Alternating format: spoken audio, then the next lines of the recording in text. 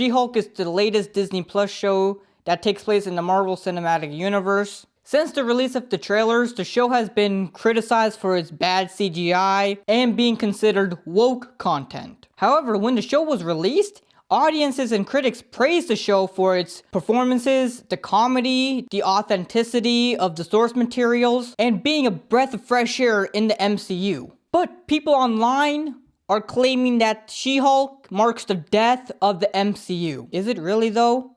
Let's talk about it. But before we begin, make sure you subscribe to our YouTube channel right there so you don't miss out on any movies and short films that we release, as well as talking about movies on the channel. And also, make sure you watch our award-winning second feature-length film, The Hollywood Dream. You can click right there in the top right corner to watch it right now. But yeah, let's get started.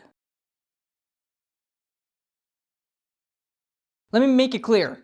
Comedy can be good. Of course, with the latest MCU movie that came out, Thor: Love and Thunder, the comedy is what ruined the movie right there. But that doesn't mean comedy is bad. Like, comedy can be good, can enhance the story and the product that you're making. People are saying how Deadpool cannot do comedy, but in the comics, Deadpool is cracking jokes and doing a whole bunch of funny stuff in it. So people need to just relax a little bit. Comedy is good. Comedy can be good, okay? Yes, Thor: Love and Thunder was ruined because of the comedy, but that doesn't make comedy an evil thing in filmmaking. So don't treat it like that. Yeah, like I said before, She-Hulk is a breath of fresh air.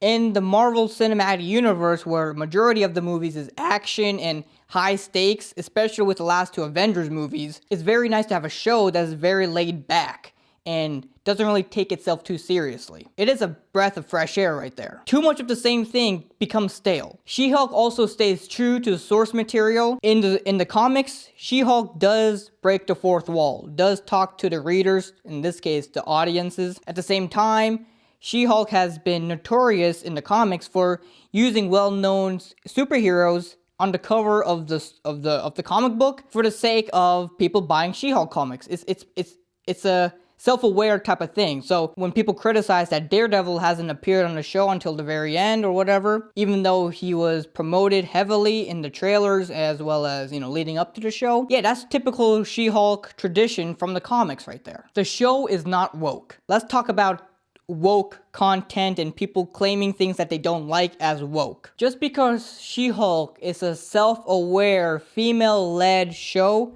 does not automatically make it woke content. Woke content is content that the sole purpose is to bring awareness to social injustice in a very disingenuous way. Like, if they bring up issues, political issues, but that don't really feel genuine in the context of the story, that's woke content right there. They just did it just to win brownie points and not actually care about the topic that they're trying to bring awareness to. But in She-Hulk, it's not really like that. It's more laid back comedy. It's not really taking itself too seriously. And that's a good thing. In the Marvel Cinematic Universe, it's nice to have something like that. If you really want an example of woke content, take a look at this infamous X-Men scene with Jennifer Lawrence. And by the way, the women are always saving the men around here. You might want to think about changing the name to X-Women. See, that's woke content. It was very out of nowhere and didn't really fit the movie at all. They just threw it in there because they wanted a feminist type of line in the movie. It wasn't really genuine with what they're saying, what issues they're bringing up. You don't see anything like that in She-Hulk. Now, is the MCU dead? Nah. Keep in mind, we have Kang the Conqueror that's coming to the MCU. Well, which already came to the MCU, but I mean, with you know what I mean. The third Ant-Man movie is going to be a pretty crucial movie to watch because Kang is in it, and apparently Scott Lang goes through a lot of beating. But yeah, Kang is in the MCU. Kang is a very promising villain.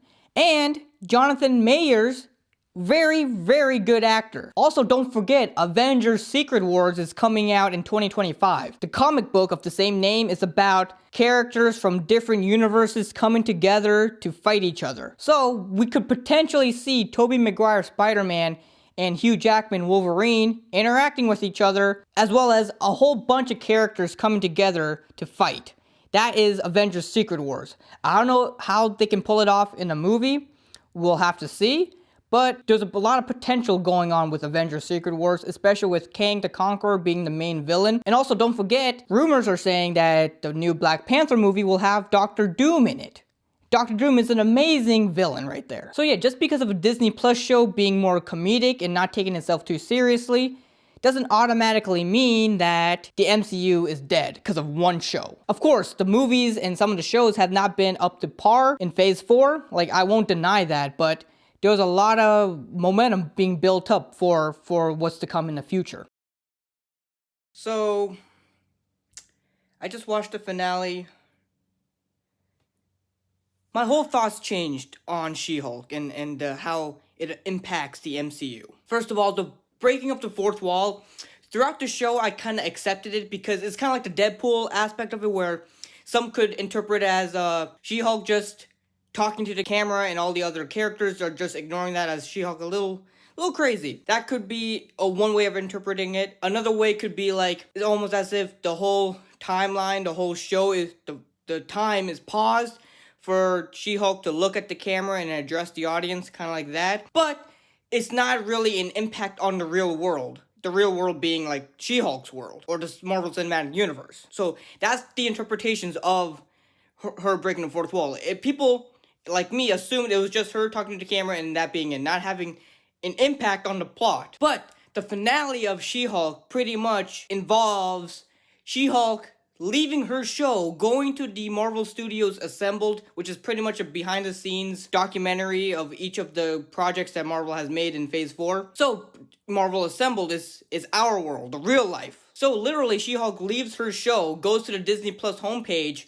goes to the Marvel Assembled show, and rewrites the finale of her show. It would have been fine if She-Hulk was a standalone show, but this is the Marvel Cinematic Universe. Everything is connected in some way. So her doing that brings up a lot of questions like, okay, in Loki it was established that everything happens for a reason, everything has a purpose. The TVA is something that allowed, the events of Infinity War and Endgame to happen, allowed the events of Doctor Strange to happen, allowed the events of a bunch of things to happen.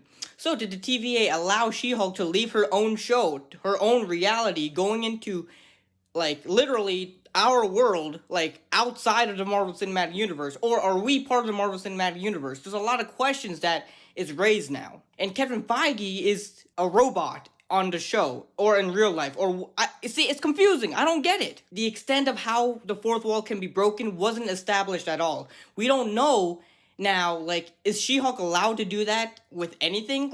If Avengers Secret Wars or Avengers Kang's Dynasty, is She-Hulk allowed to leave the movie, enter Marvel Assembled again, rewrite the Avengers movies? Is that allowed? My friend and a common actor on my movies and stuff, Sam Buell, he pretty much pointed out that maybe She-Hulk and Deadpool and those characters won't be involved in those big cinematic movies, those crossover movies, because in that setting it just wouldn't work. Now, I don't read a bunch of comics, but I do know in the comics She-Hulk does break the fourth wall. Even She-Hulk breaks the last page of a comic book. Something like that does happen in the comics. What I'm wondering is She-Hulk and Daredevil involved in the Infinity War saga that happened in the comics? I don't really know. And if they are involved, do they still break the fourth wall? Are they still comedic in those storylines? Because with what Marvel just did with She-Hulk, brings up a lot of questions that is hard to answer. Because is She-Hulk allowed to do something like that? Is she pretty much a god? Is she pretty much a TVA variant or whatever? To be able to leave her own show,